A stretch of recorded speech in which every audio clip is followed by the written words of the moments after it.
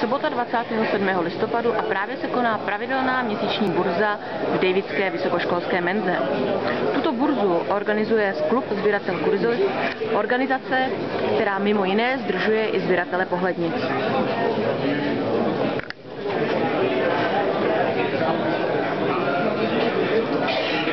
Jako každý měsíc se zde sešlo velké množství prodejců i kupujících.